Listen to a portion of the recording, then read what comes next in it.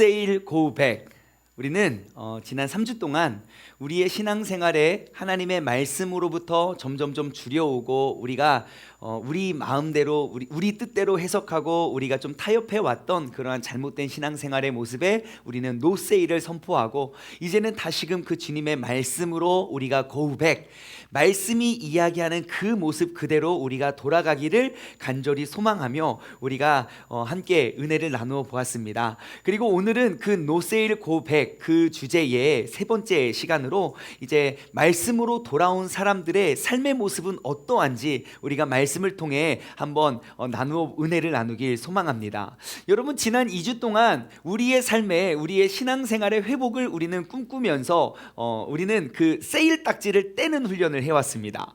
그리고 우리가 어떻게 하면 진짜 말씀 그대로 가리키고 있는 대로 우리가 그 본질을 회복할 수 있을지 우리의 삶에 정말 크고 작은 변화들이 일어났습니다. 제가 이 노세일 고백이라는 주제를 딱 깨닫고 맞아, 이제 정말 우리가 돌아가야지 라는 생각이 딱 들 때 가장 먼저 마음속에 딱 들었던 생각이 우리가 지금 드려지고 있는 정규 예배를 회복을 하자.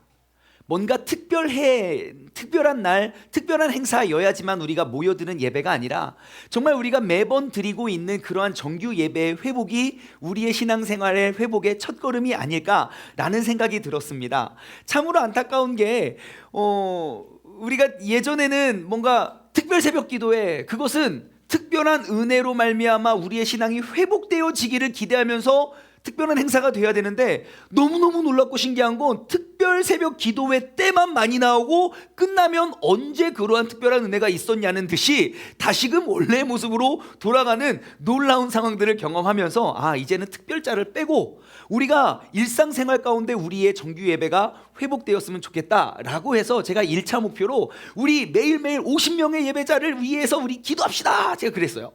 그리고 딱 2주가 지났습니다.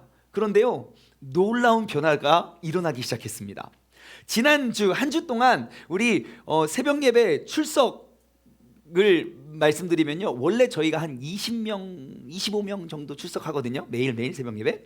그런데요, 지난 한 주 동안 월요일 19명, 화요일 30명, 수요일 36명, 목요일 35명, 금요일 39명.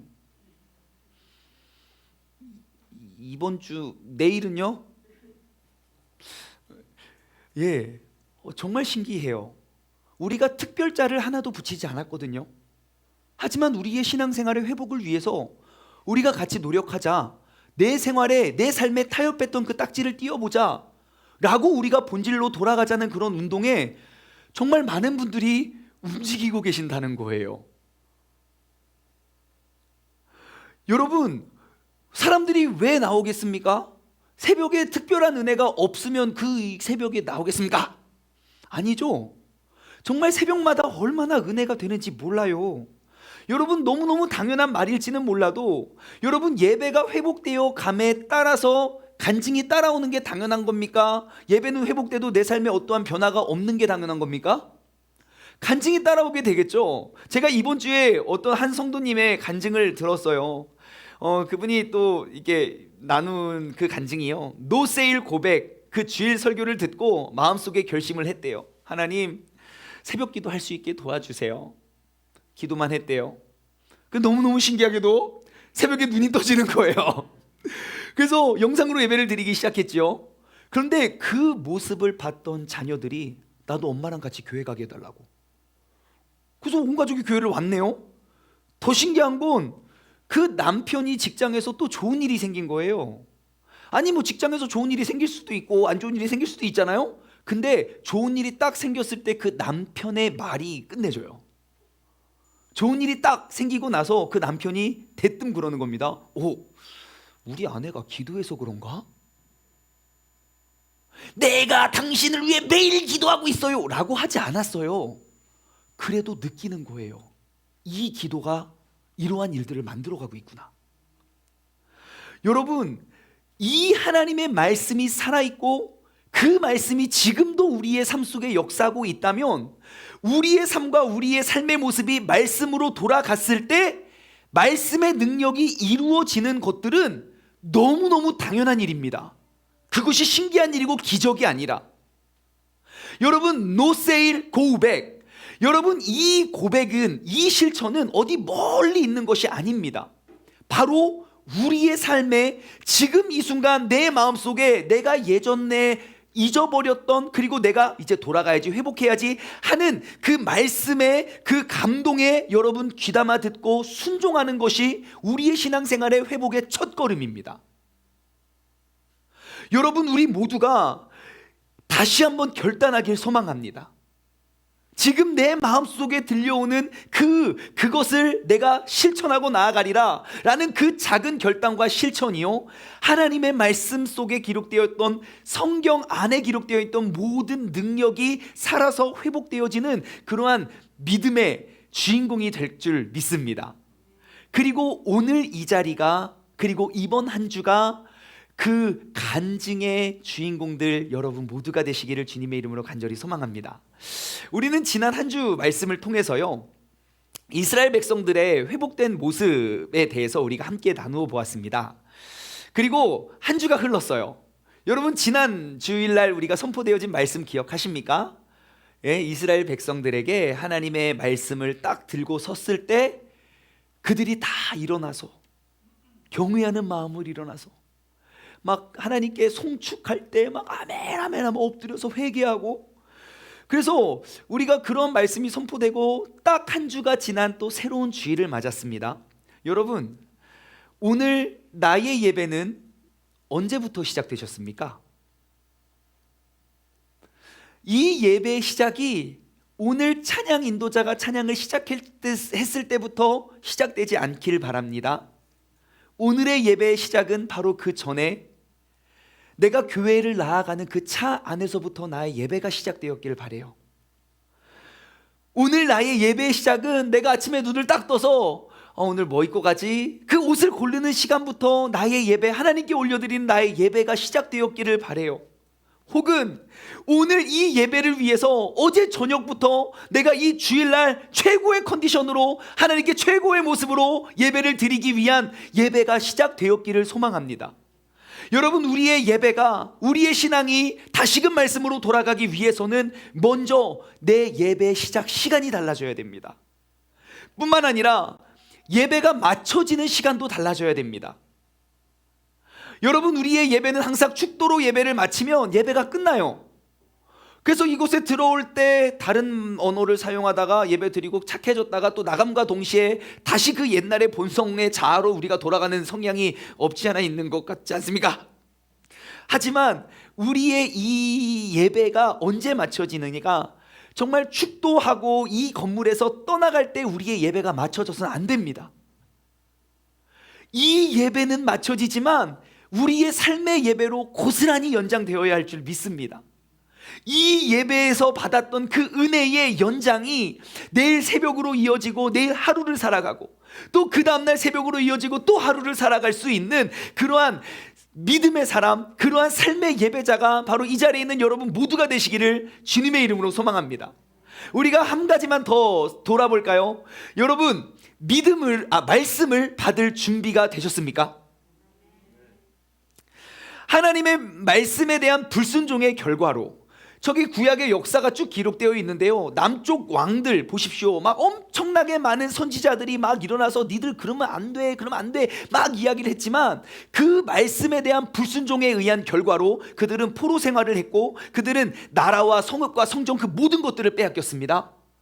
그리고 다시 그들이 하나님의 말씀으로 돌아오고 회복하고자 하는 그때에 하나님의 말씀을 꺼내드는 그 순간 그들은 다 같이 일어나서 경외함과 순종의 의미로 하나님 앞에 나왔습니다.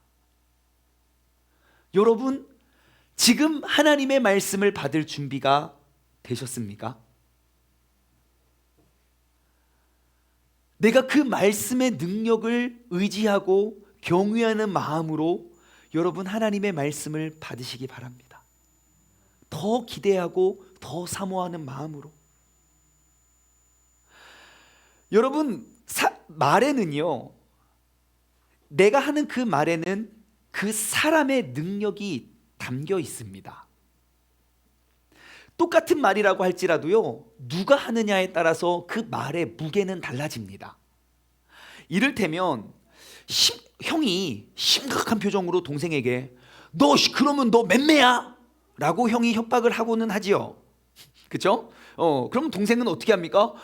맞아, 내가 이러다 형한테 얻어맞겠구나 라고 생각하면서 버릇과 행동을 고칩니까? 절대 그렇지 않죠. 누가 뭐라고 하나보다 하고 그 잘못된 행동을 계속 반복합니다.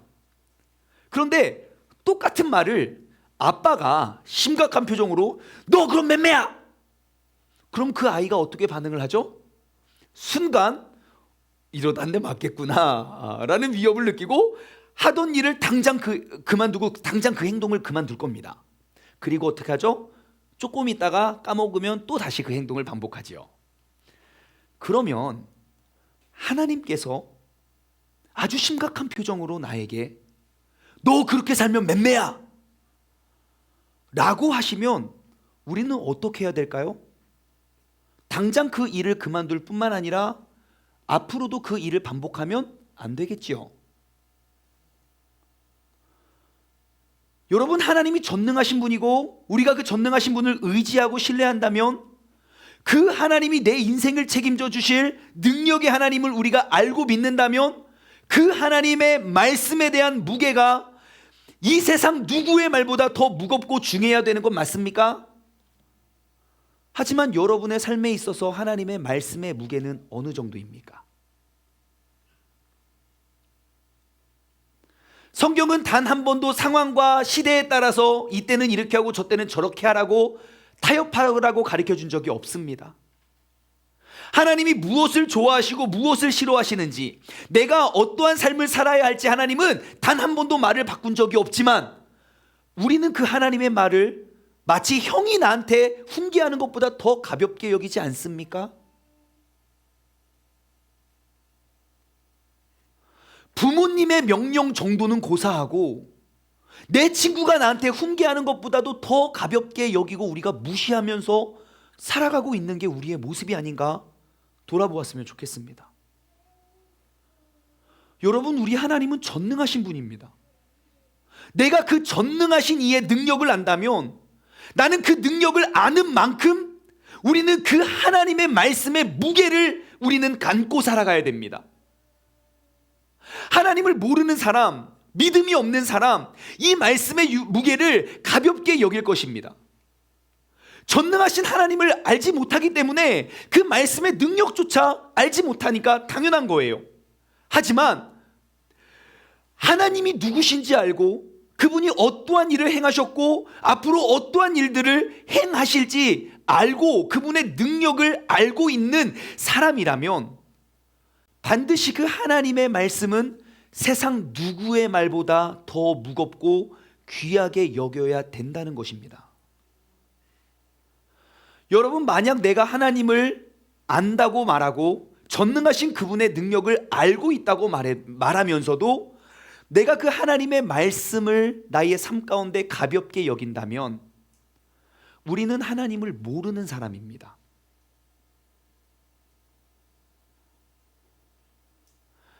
오늘 그 하나님을 알고 그 말씀의 능력, 그 말씀의 무게를 회복하는 우리 모두가 되기를 주님의 이름으로 간절히 소망합니다. 여러분, 이 하나님의 말씀의 무게를 알았던 사람들의 모습과 태도를 한번 볼까요? 5절입니다. 느헤미야 8장 5절. 에스라가 모든 백성 위에 서서 그들의 목전에서 책을 펴니다. 책을 그냥 펼 때에 모든 백성이 일어납니다. 하나님의 그 말씀에 대한 무게와 힘을 이제 깨달았거든요. 그 말씀에 불순종한 결과가 나라를 빼앗기고 모든 것들을 잃어버렸고 왕부터 시작해서 모든 죽음의 잔재들이 가득한 모습을 보고 그때야 깨달았거든요. 우리가 돌아가야 할 곳은 하나님의 말씀이다. 우리가 회복해야 될 것은 그 말씀의 능력이다. 그것을 알았던 사람들은 하나님의 율법서를 꺼내는 순간 그들 모두는 일어났습니다. 6절입니다. 에스라가 위대한 하나님의 말씀을 송축하니까 어떻게 반응합니까? 손을 들고 아멘 아멘 하고 응답하고 몸을 굽혀, 지난주에 엎드린다는 말을 의미라고 말씀드렸어요. 엎드려서 얼굴을 땅에 대고 주님께 경배를 합니다. 그리고 7절 뭐 여러 사람들 플러스 레위 사람들이 뭘 합니까? 백성들이 자리에 서 있는 동안 그들에게 율법을 깨닫게 도와줍니다. 여러분, 이것이 바로 하나님의 말씀의 무게를 아는 사람들의 모습이고 태도이고 자세예요. 제가 여기서 잠깐 멈추어 서서 우리가 좀 생각해 볼 것이 있어요. 보십시오. 일어나서 말씀을 전파할 때 예수야, 바니, 이런 많은 사람들과 이 레위 사람들은 백성들이 자리에 서 있는 동안 그 율법을 깨닫게 했대요. 그러니까 백성들은 말씀을 들으면서 뭔 소리요? 뭐래? 하고 있는 그러한 사람들을 찾아가서 그 율법을 깨닫게 도와준 사람들이 이 레위 사람들과 이러한 사람들이에요. 자, 우리 여기서 잠깐 멈추어 서서 여러분, 지금 이곳에 모여있는, 지금 이 자리에 모여있는 사람들에는 세 가지의 큰 역할을 우리는 나눠 볼 수 있습니다. 첫 번째 역할이 어떠한 역할입니까? 에스라죠. 에스라와 양 옆에 서 있었던 13명의 사람들, 하나님의 말씀을 선포하고 가르쳤던 사람들. 또 한 부류의 사람들이 있었습니다. 누구였습니까? 그 자리에 있던 백성들이요. 그 말씀을 받는 사람들. 그런데 오늘 본문 말씀을 다시 보니까 말씀을 전하는 자와 받는 자만 있었던 게 아니라 또 한 부류의 사람들이 있었어요. 어떠한 사람들이었나요? 그 말씀을 깨달을 수 있도록 도와줬던, 해석해줬던 사람들이요. 그것이 바로 7절에서는 레위 사람들과 거기에 이름들이 기록되어 있는 사람들이요. 세 개의 다른 역할이 그 안에 있었습니다. 자, 그러면 이 말씀을 2020년으로 우리가 해석해 봅시다. 하나님의 말씀을 선포하는 에스라, 누가 되겠습니까? 목사님 고마워요. 교역자들이겠죠. 사역자들이요. 하나님의 말씀을 선포하는 사람들. 자, 그러면 이스라엘 백성은 누가 되어야 될까요? 다시 한번 기회를 드리겠습니다. 다시 한번 잘 생각해 보시고, 자, 지금 이스라엘 백성들의 상태는 어떠합니까? 하나님의 말씀을 선포됐을 때 뭔 소리요? 뭐랴? 하고 있는 거예요.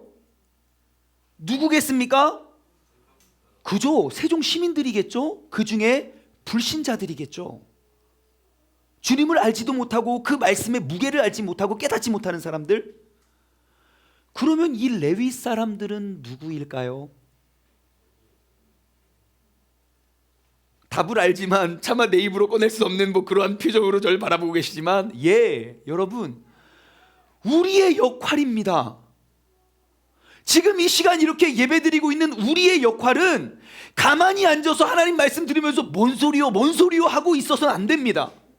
우리는 하나님이 누구신지 알지 못하고 그 하나님의 말씀의 능력과 그 말씀의 무게를 알지 못하는 사람에게 나아가서 하나님의 말씀은 이러하고 하나님은 이러한 뜻과 계획을 가지고 있다, 우리의 삶으로 그들에게 설명해 줘야 돼요. 우리의 역할이 바로 이러한 역할이 돼야 됩니다. 여러분, 하나님의 말씀을 알지 못하는 사람에게, 하나님의 말씀을 듣고도 깨닫지 못하는 사람에게 그 말씀을 이해시키고 설명하고 그 말씀의 능력을 보여주고 말씀의 삶으로 이끌어줄 사람들이 바로 우리임을 여러분 기억하시기 바랍니다. 하지만 적지 않은 그리스도인들은요, 그저 말씀을 받는 이스라엘 백성의 역할로 앉아 있어요. 참으로 안타까운 현실이죠. 더 마음이 아픈 건 뭔지 아십니까? 신앙생활을 갓 시작한 초신자들은 그럴 수 있어요. 하나님 말씀 내가 잘 모르겠고, 어떻게 모르겠고. 더 안타까운 것은 우리가 이 자리에 머물러 있는 것을 안주하고 편히 여겨요. 하나님의 말씀을 해석하고 삶으로 보여주고 가르쳐줄 사람들이 레위 사람들과 거기에 7절에 기록되어 있는 이름들이 아니라 에스라가 하겠지. 그거는 교역자들의 역할이야. 우리는 계속 이 자리에 머무르고 있다는 거예요. 여러분, 이제 나아오십시오. 우리가 주님의 말씀으로 돌아가기 위해선 우리의 역할이 무엇인지 우리는 명확히 점검하고 그 역할을 잘 감당해낼 수 있는 믿음의 사람 되시기를 주님의 이름으로 소망합니다. 여러분, 이 자리에 앉아있고 지금 영상을 통해 함께 예배드리고 있는 우리의 역할과 우리의 사명은 무엇이냐? 그 주님의 말씀의 능력을 알지 못하는 사람에게 말씀의 능력이 무엇이고 하나님이 무엇을 원하시는지 해석해 주는 사람이 되어야 돼요. 이 사실만 보더라도 한국 교회가 지금 왜 이렇게 힘을 잃어버렸는지 우리는 금방 알 수 있게 됩니다. 하나님의 말씀을 무겁게 여겨서 그 말씀이 우선된 삶을 살아가는 사람들의 모습을 가르쳐주고 해석해 줘야 될 사람들이 다 그냥 뭔 소리요 하고만 있지는 않나 우리가 돌아보게 됩니다. 여러분, 이제 말씀으로 돌아갑시다. 하나님의 말씀을 듣고도 이해하지 못해서 누군가의 도움을 받아야지만 이해할 수 있었던 사람, 그 사람들이 내 주변에 있다면 이제는 그에게 먼저 다가가 말씀을 깨달을 수 있도록 도와줄 수 있는 믿음의 사람들 되시길 주님의 이름으로 축원합니다. 말씀의 무게를 알고 그 말씀을 올바로 해석해 주는 사람들이 지금 이 시간 함께 예배드리고 있는 우리가 바로 그러한 사람들이 된다면 여러분, 이 도시는 어떻게 되겠습니까? 하나님에 대한 이미지가 달라질걸요. 정말 놀랍고 위대한 큰 변화는 많은 사람들에 의해서 이루어지지 않습니다. 진짜 그 말씀의 능력으로 살아가는 사람들에 의해서 이루어집니다. 여러분, 다시 한번 부탁드립니다. 여러분들의 신앙생활을 이 안에서만 가두지 마십시오. 이 안에서 멈추지 마십시오. 이 시간으로부터 내일 아침으로 이어지고 이번 한 주로 이어질 수 있는 그러한 삶의 예배자가 되시기를 주님의 이름으로 간절히 소망합니다. 8절입니다. 하나님의 율법책을 낭독하고 그 뜻을 해석하며 백성에게 그 낭독하는 것들을 다 깨닫게 하니. 자, 하나님의 말씀을 에스라는 낭독했고요, 주변에 선 그 레위인들과 사람들이 막 그것들을 해석하니까 사람들이 비로소 그것이 깨달아졌어요. 그리고 났더니 어떠한 일이 벌어집니까? 백성이 율법의 말씀을 듣고 우는지라. 하나님의 마음과 그 하나님의 뜻을 내가 발견하고 보니까 나의 죄가 보이기 시작하는 거예요. 하나님의 말씀이 깨달아지니까 그들은 눈에서 눈물이 흐르는 거예요. 여러분, 이렇게 말씀이 보여지면 나의 죄가 보여집니다. 그렇다면 우리가 물어볼 수 있죠. 죄가 뭡니까? 여러분, 죄가 무엇입니까? 우리는요, 신앙생활을 오래 해도 그 죄가 무엇인지에 대해서 우리가 올바른 명확한 기준을 가지고 살아가지 못하는 분들을 많이 봐요. 흔히들 착함과 착하지 못함을 우리는 죄와 의로 착각할 때가 많아요. 무슨 말이냐? 우리는 흔히 이 사람 정말 믿음 좋아, 정말 의인이야 라고 말하는 사람들이 어떠한 사람입니까? 라고 말하면 선행을 많이 하는 사람, 봉사를 많이 하는 사람, 남보다 배려를 더 많이 하는 사람, 누구보다도 오래 참는 사람, 우리는 이러한 사람들을 믿음 좋다 말하고 의인이라고 말해요. 또한 이 사람 진짜 죄인이야, 믿음이 없어 라고 말하는 사람들은 어떻게 합니까? 세상의 법률을 지키지 않는 사람, 남을 배려하지 않으며 아주 이기적인 사람들을 그렇다고 말해요. 그런데 문제는 무엇입니까? 하나님을 알지 못하는 사람 중에 착한 사람 많아요. 또한 하나님을 알고 믿는다고 말하면서도 조금도 착해 보이지 않는 사람들이 많아요. 우리는 거기서 큰 회의를 느껴요. 교회 다니면 뭐해? 쟤 나보다 더 잘못된 짓 많이 하고 나보다 죄 더 많이 짓고 그런 죄에 대한 그런 책임감도 없어. 그래서 그렇게 믿느니 나는 안 믿고 그냥 더 착하게 살래. 여러분, 그게 우리가 알고 있는 죄와 의의 기준이 되어서는 안 됩니다. 여러분, 성경에서 이야기하는 그 죄의 기준은요, 선행에 있지 않습니다. 그렇기 때문에 태어나면서부터 죽을 때까지 선행만을 해왔던 바리새인들이 예수님께 그토록 책망을 받았던 이유예요. 성경이 말하고 있는 그 죄의 기준은 너가 착한 일을 몇 번 했냐, 사람들 보기에 얼마나 의롭게 행동했냐에 있지 않아요. 그 하나님의 그 죄의 기준은요, 하나님 영광에 부합했느냐, 영광에 부합하지 않았느냐에 있어요. 나의 이 말이 하나님의 영광을 위한 도구인가? 나의 이 행동을 하나님께서는 정말 기쁘게 받으시고 하나님께서 영광을 받으실 그러한 행동인가? 여러분, 나의 삶에 어떠한 모든 영역에서 하나님의 영광이 되지 못한다면 그것이 죄인 거예요.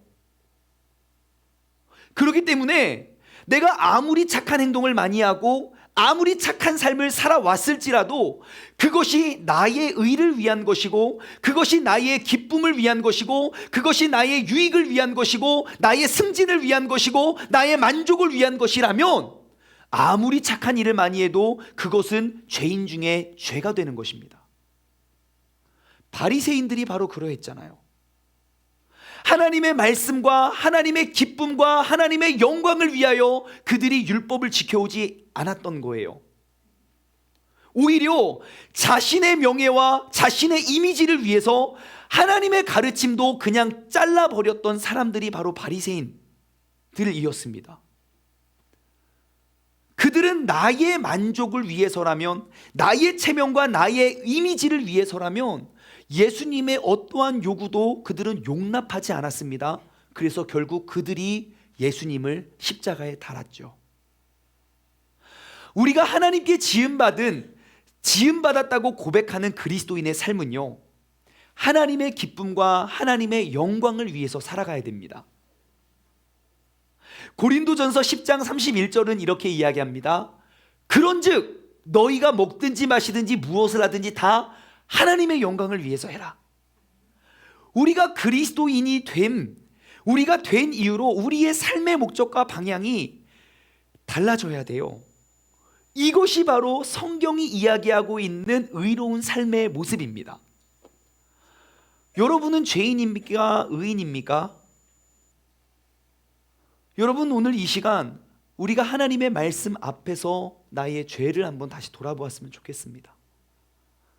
만약에 나의 죄가 보여진다면 우리가 회개함으로 나아가기를 소망합니다. 그럼 하나님의 영광이 뭡니까? 아주 쉬워요. 여러분, 내 삶을 통해서 내가 무엇을 할 때 항상 하나님의 모습을 한번 떠올려 보십시오. 그리고 그분의 모습 속에 기뻐하심과 그 웃음을 여러분들이 한번 대입해 보십시오. 예를 들어 내가 이 사람을 두고 이 말을 전할 때 하나님은 웃고 계실까? 하나님이 웃고 계시지 않으면 그것이 죄입니다. 내가 이 행동을 할 때 하나님이 웃고 계실까? 아닐 것 같으면 그거 죄입니다. 내가 먹든지 마시든지 무엇을 하든지 하나님의 영광을 위해서 하라는 것은 내 삶에 항상 그 하나님의 모습을 떠올리면서 살아가야 됩니다. 내가 교회 가서 계속 게임 이거 누르고 있으면 하나님 아니네, 죄입니다. 남들이 다 한다고 해서 나도 해도 되는 거 아니에요. 그 죄와 의의 기준은 오로지 하나님의 영광 아래 있습니다. 만약에 내가 어떠한 말과 행동을 할 때 하나님의 모습을 떠올려 봤을 때 하나님이 웃고 계시지 않을 것 같으면 여러분, 그 말과 행동은 죄가 됨이 틀림없습니다. 여러분, 이 시간부로 우리가 착한 사람이 되기 위한 그리스도인이 되지 말고 하나님의 영광을 위한 그리스도인이 되시기를 주님의 이름으로 축원합니다. 함께 읽어볼까요? 시작. 착한 사람이 되기 위한 그리스도인이 되지 말고 하나님의 영광을 위한 그리스도인이 되자. 목사님, 그러면은 착하게 살지 않아도 된다는 말씀입니까? 또 이렇게 은혜 받으시는 분 계시죠? 지금 착한 거 이거 별로 이거 신경 안 써도 된다는 말입니까? 여러분, 성경에는요 참 많은 사람들이 등장을 합니다. 그리고 성경에 등장하는 많은 이름들은 정말 시대와 상황과 그런 모든 것들이 굉장히 다른 사람들이에요. 배경과 성격과 각기 다른 시대에 각기 다른 문화 속에서 각기 다른 삶을 살아왔는데 정말 신기한 건 뭔지 아십니까? 하나님의 영광을 위해 살아온 모든 사람들의 삶의 모습은 동일하다는 거예요. 그게 창세기를 보든 요한계시록을 보든 진정으로 주님을 만나서 주님의 영광을 위해 살아왔던 삶의 모습은 똑같습니다. 여러분, 우리가 그들과 같이 우리의 삶의 목적을 하나님의 영광을 위해 두고 살아간다면 우리들도 성경에 기록되어 있는 사람들의 모습과 동일한 삶을 살아가는 게 당연한 거겠죠. 이것이 우리가 회복해야 될 모습입니다. 얼마나 선행을 더 많이 했냐, 얼마나 더 의를 세웠느냐가 아니라 성경 말씀의 하나님을 인격적으로 만난 그 사람의 그 모습이 내 삶의 모습이 되어가는 것, 그것이 우리가 돌아가야 할 길입니다. 다시 9절 말씀으로 돌아가 보겠습니다. 백성이 율법의 말씀을 듣고 웁니다. 총독 느헤미야와 제사장금 학사 에스라가 백성을 가리키는 레위 사람들, 그 사람들이 모든 백성에게 이르기를 오늘은 너희 하나님 여호와의 성일이니까 슬퍼하지 말고 울지 말라 그래요. 아니, 여호와의 성일이니 슬퍼하지 말고 울지 말래요.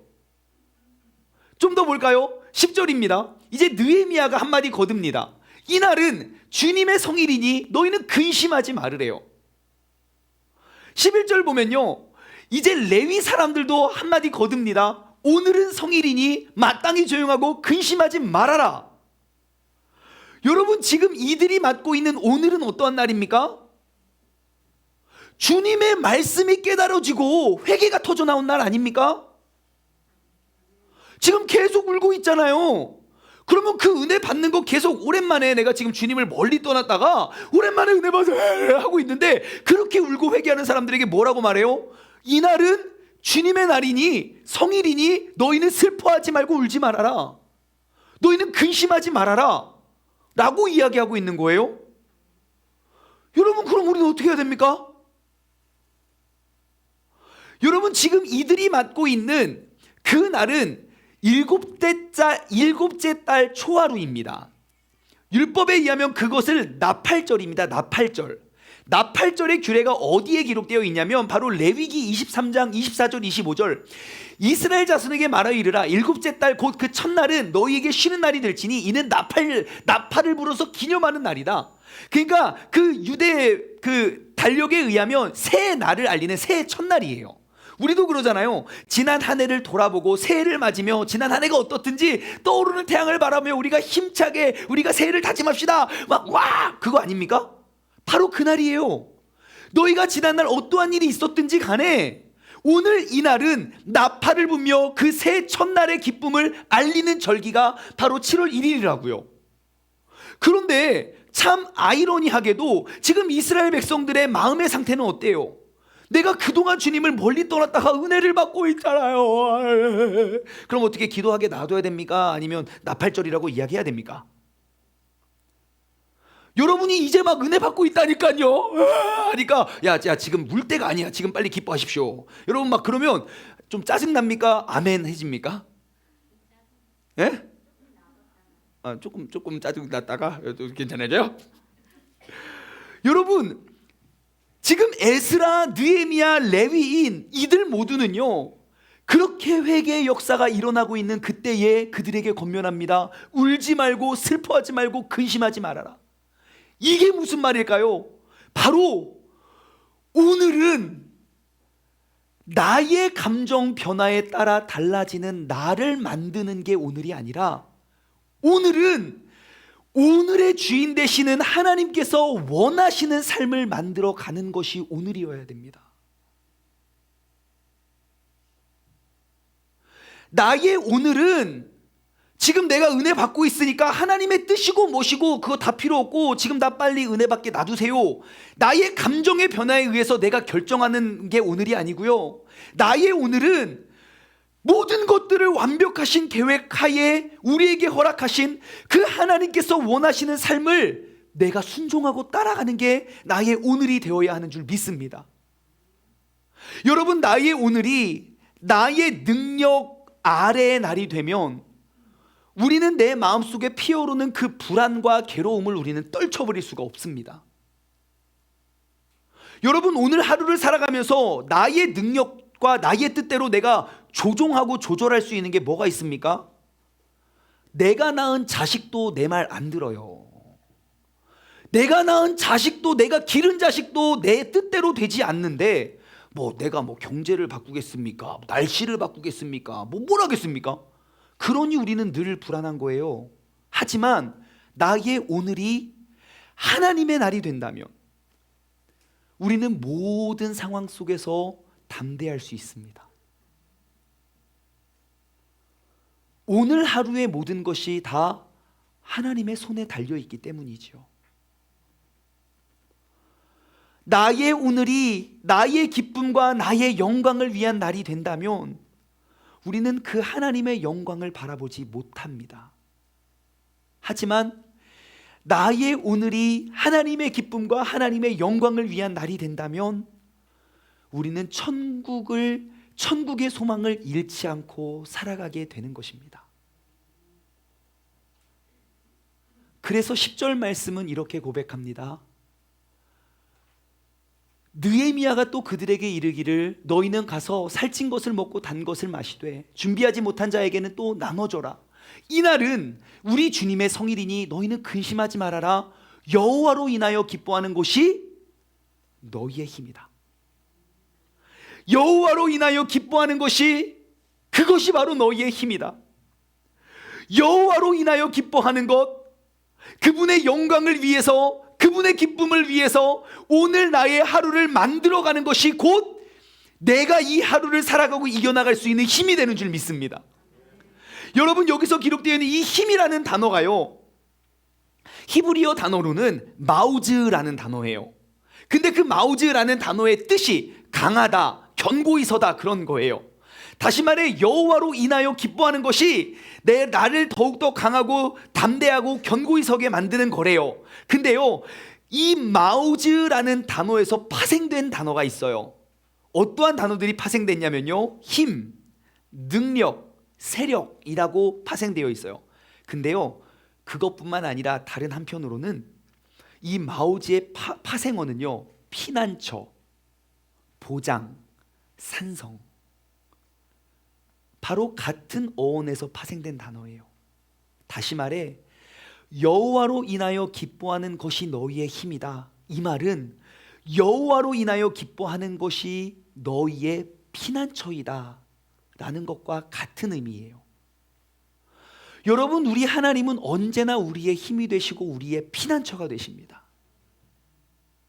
여호와로 인하여 기뻐하는 것, 그 하나님의 영광을 위해 사는 것, 그것이 내 삶의 모든 역경과 어려움과 모든 문제를 이겨낼 힘이 되는 줄 믿습니다. 여러분, 바로 그 힘과 능력의 주인공이 이 약속의 말씀의 무게를 회복하는 삶이 바로 여러분 모두가 되시기를 주님의 이름으로 축원합니다. 마지막으로 12절 말씀 볼까요? 모든 백성이 곧 가서 먹고 마시며, 그들의 감정의 상태는 이제 막 회개가 시작되고 이제 막 눈물이 흘리기 시작했는데, 아니 오늘은 우리가 울 날이 아니라 오늘은 하나님께 영광 올려드릴 기쁨의 날이야. 그 명령을 받고 백성이 곧 바로 가서 그 말씀대로 순종합니다. 나의 뜻대로 하루를 만들어가는 것이 아니라 하나님의 뜻대로 내가 맞춰가지요. 그래서 먹고 마시고 나누어 주면서 어떻게 됩니까? 크게 즐거워한다는 거예요. 이유는 그 읽어 들려준 말을 내가 이제 밝히 깨달았기 때문입니다. 여러분, 우리가 말씀으로 고백하는 삶의 결론입니다. 크게 즐거워하니. 하나님의 말씀을 밝히 깨닫고 그 말씀대로 살아가는 사람들은요, 크게 즐거워하는 사람입니다. 여러분, 제가 아까 성경에 기록된 사람 중에 하나님을 만난 사람들이 굉장히 다른 모습과 다른 삶을 살아왔다고 말씀드렸어요. 그런데 하나님을 만난 이후의 삶의 모습은 다 똑같다고 말씀드렸어요. 여러분, 한번 생각해 보십시오. 하나님의 말씀을 밝히 아는 사람들의 삶의 모습이 슬픔과 근심과 걱정이 가득했습니까? 기쁨과 즐거움이 가득했습니까?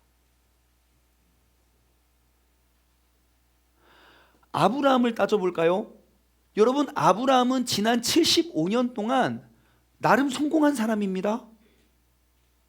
돈도 명예도 그 모든 것들을 갖췄던 사람인데, 그가 그 모든 것들을 버리고 75세에 하나님이 보여준 땅, 보장한 땅이 아니라 보여줄 땅을 향해 내가 지금 기대하고 있던 것 다 버리고 하나님 쫓아갔습니다. 그리고 그가 후회하고 괴로운 나날들을 살아왔습니까? 아니요. 지금껏 내가 단 한 번도 경험해 보지 못했던 놀라운 기적의 연속으로 살아갔습니다. 요셉을 생각해 볼까요? 어려서부터 그 아버지의 편애와 특혜를 받으면서 살았습니다. 형들에게 버림받았고 그가 하루아침에 노예가 되었습니다. 그리고 억울한 누명에 뒤집혀서 강간미수로 감옥에 갔습니다. 그가 억울하고 분통한 형들에 대한 배신감에 그가 매일매일 괴로운 나날들을 살았습니까? 아니요. 감사와 축복의 연속되는 삶을 살아갔습니다. 들에서 양을 치던 다윗도, 평생 물고기를 잡았던 베드로도, 예수님을 구세주라 믿었던 사람들을 쫓아다니면서 다 잡아 죽였던 사도 바울도 주님을 인격적으로 만난 이후에 하나님의 말씀을 밝히 아는 삶의 시작은 여러분 세상이 감당하지 못할 그 기쁨을 만끽하는 사람이 되었습니다. 여러분 이제 우리 차례입니다. 우리가 진짜 하나님을 믿는다면, 우리가 전능하신 하나님의 능력을 알고 있다면 여러분 주님 안에서 큰 기쁨이 회복되기를 주님의 이름으로 축원합니다. 내가 짊어지고 놓지 못해 하나님의 말씀을 그냥 지나가는 사람들의 소문만도 낮게 여기는 그러한 연약한 믿음 되지 마십시오. 말씀에선 안 된다는 것, 자꾸 이 사람 말 들으면 오 그래 그럼 대박 나겠네. 아니요, 쫓아가지 마십시오. 하나님의 약속은 그 어떠한 말보다, 그 어떠한 소문과 그 어떠한 정보보다 훨씬 뛰어납니다. 여러분 진짜 이 하나님의 말씀의 무게를 제대로 알고 있다면 여러분 나를 위한 오늘을 살지 마시고 하나님을 위한 오늘을 만들어 가시기 바랍니다. 나의 감정 변화에 따라 달라지는 나의 나를 만들지 말고 오늘을 나에게 허락하신 이 오늘의 주인 하나님께서 원하시는 삶, 하나님의 기쁨이 되고 영광이 되는 삶의 주인공이 되시길 바랍니다. 이 예배 이전에 내 마음의 상태, 내 감정의 상태, 나의 상황의 상태가 어떠했던지 간에 여러분 거기에 매여 있지 말고 지금 이 시간 우리에게 선포된 이 말씀, 오늘은 주의 성일이니 근심하지 말고 기뻐하라. 여러분 이 큰 기쁨을 회복하시기를 주님의 이름으로 간절히 축원합니다. 적용 질문을 드립니다. 앞으로 나는 어떠한 삶의 역할을 감당하는 크리스찬이 되시겠습니까? 여러분 여전히 하나님의 말씀을 해석해 주어야만 깨닫는 백성들과 그러한 크리스찬으로 머물러 계시겠습니까? 아니면 이제는 그 말씀을 알지 못하는 사람에게 그 말씀을 삶으로 해석해 주는 크리스찬이 되시겠습니까? 나의 삶의 모습을 통하여 하나님, 내가 믿는 하나님을 믿고 따라갔을 때 이러한 열매와 이러한 삶을 살아가게 된다는 것을 여러분 이제 해석해 줄 수 있는 사람으로 나오시기를 바랍니다. 또한 나의 오늘을 하나님께서 기뻐하는 날로 만들기 위하여 여러분은 무엇을 실천하시겠습니까? 늘 내가 주인 되고 나의 영광과 나의 기쁨을 위한 하루하루를 만들지 말고 정말 이 하루를 허락하신 하나님께 기쁨이 되기 위하여 내가 오늘 이 하루를 어떻게 만들어 갈 수 있을지 여러분의 삶의 주인과 주권을 바꿔서 하나님의 기쁨의 영광을 되기 위하여 여러분들은 어떠한 것을 다짐하시고 실천하시겠습니까? 여러분 이를 통하여 매일매일 크게 즐거워하는 그런 삶의 주인공이 되시기를 주님의 이름으로 소망합니다. 오늘 말씀을 맺으면서 우리가 이 찬양 고백하기를 원합니다. 찬양의 가사말은 이렇습니다. 전능하신 나의 주 하나님은 능치 못하실 일이 전혀 없습니다. 우리의 모든 간구도 또 우리의 모든 생각도 또 또 우리의 모든 꿈과 또 모든 소망도 하나님은 능치 못하실 일이 없습니다. 그 신실하신 나의 주 하나님은 우리의 모든 괴로움을 바꾸어 내실 수 있는 분입니다. 불가능한 일을 행하시고 죽은 자까지도 일으키시니까 그를 이길 자는 아무도 없습니다. 그래서 이 시간 우리는 선포합니다. 주님의 말씀을 의지하여 내가 깊은 곳에 그물을 던지겠습니다. 그래서 오늘 그가 놀라운 일을 행하시는 그 능력을 바라보길 소망합니다. 내가 이제는 주님의 말씀을 의지하여 믿음으로 그물 던져 믿는 자에게 능치 못함이 없는 그 주님의 말씀의 능력을 우리가 삶을 통하여 회복해 가길 소망합니다. 우리 다 같이 마음을 아파요 우리가 믿음으로 이 찬양 고백하며 나아가길 원합니다.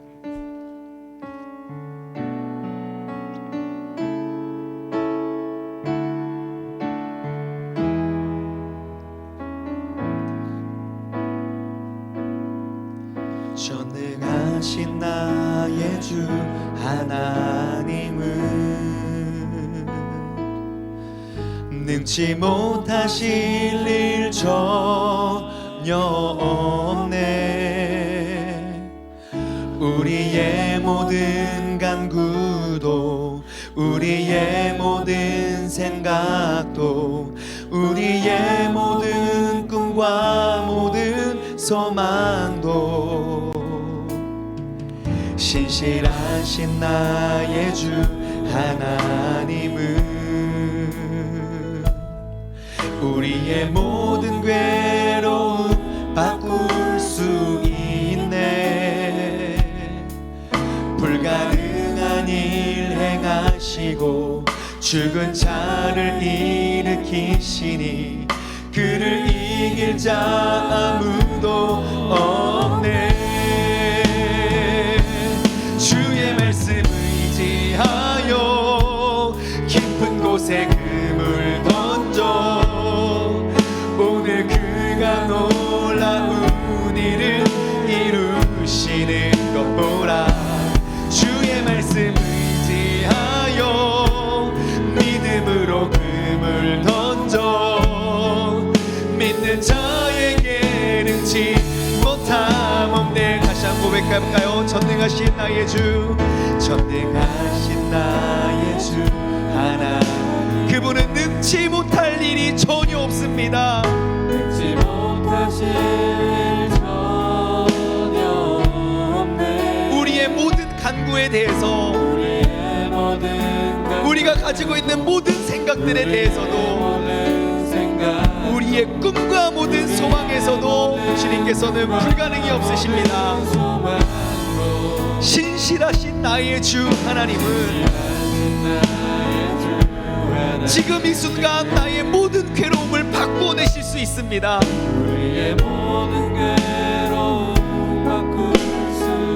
내가 생각했을 때 불가능한 일도 행하시고 심지어 죽은 자까지도 일으키시니 그를 이길 자는 아무도 없습니다. 그래서 우린 선포합니다. 주님의 말씀을 의지합니다.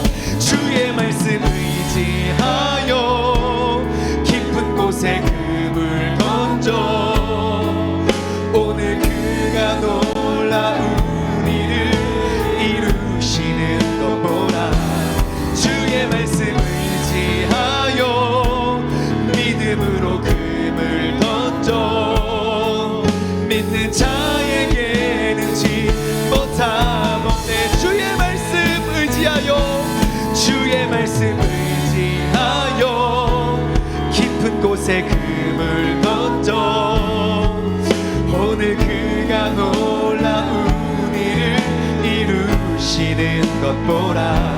주의 말씀 의지하여 깊음으로 그물 던져 믿는 자에게 능치 못함 없네. 이 시간 우리 함께 기도하며 나아가기를 원합니다. 주님, 내 삶에 주님의 말씀과 주님의 말씀의 능력을 잃어버렸던 것, 아버지 하나님의 그 말씀의 무게를 내가 너무너무 가볍게 여겼기 때문입니다.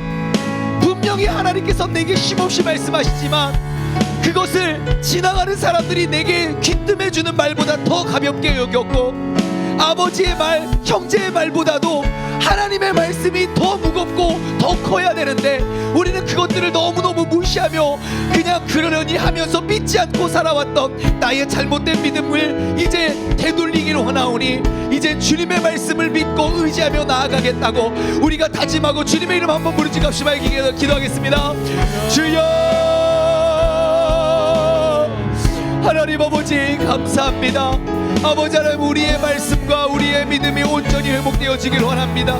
아버지, 내 삶이 더욱더 주님의 말씀을 의지하며 우리가 살아갈 수 있는 아버지 그러한 믿음의 사람 되길 원합니다. 과연 하나님의 말씀은 내 삶에 얼만큼 무거웠는가? 아버지, 말씀에는, 말에는 그 말하는 사람의 그 삶의 능력이 그 안에 있습니다. 아버지 하나님, 분명 하나님은 나에게 쉼없이 끊임없이 말씀하고 계시지만 내가 그 하나님의 말씀을 얼마나 가볍게 여기며 무시하며 살아왔는지, 아버지 나의 잘못된 삶을 이제 다시금 되돌리고, 아버지 우리가 내 삶에 내 나름대로 내 맘대로 우리가 해석하고 내 맘대로 바꾸었던 아버지 그런 잘못된 믿음과 신앙생활에 노세이를 선포하고 이제는 말씀에 기록된 그대로의 삶을 우리가 회복해 가길 소원합니다.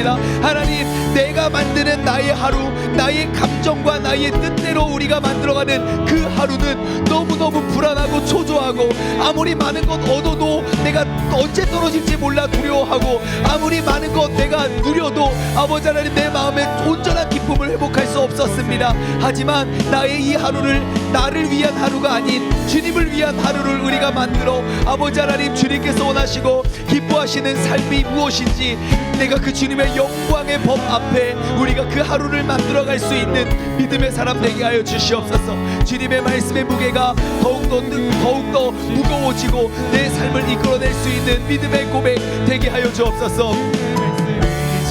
의지하여 깊은 곳에 금을 던져 오늘 그가 놀라운 일을 이루시는 것 보라.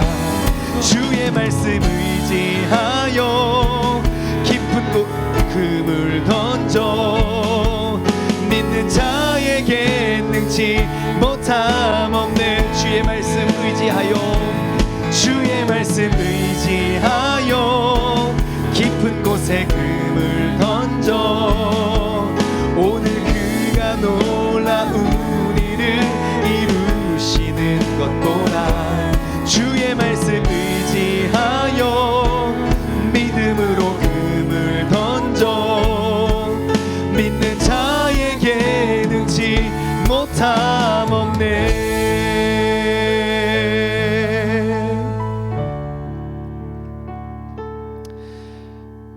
하나님 아버지, 그 주님의 말씀의 능력을 아는 사람들은 세상이 아무리 바뀌어도, 세상 사람들이 아무리 많은 소문을 내고, 세상 사람들이 아무리 유혹하고 미혹해도 우리는 흔들리지 않으며 그 주의 길을 걸어가는 사람들이 바로 믿음의 사람들입니다. 하나님, 참 마음이 아프고 안타깝게도 우리는 믿음의 사람이라 말하고 사람들의 눈에 비추었을 때 우리는 믿음이 좋은 사람이라고까지 비추며 살아가지만 정작 내 삶에 그 하나님 말씀에 대한 무게는 어느 정도인지 우리가 돌아봅니다.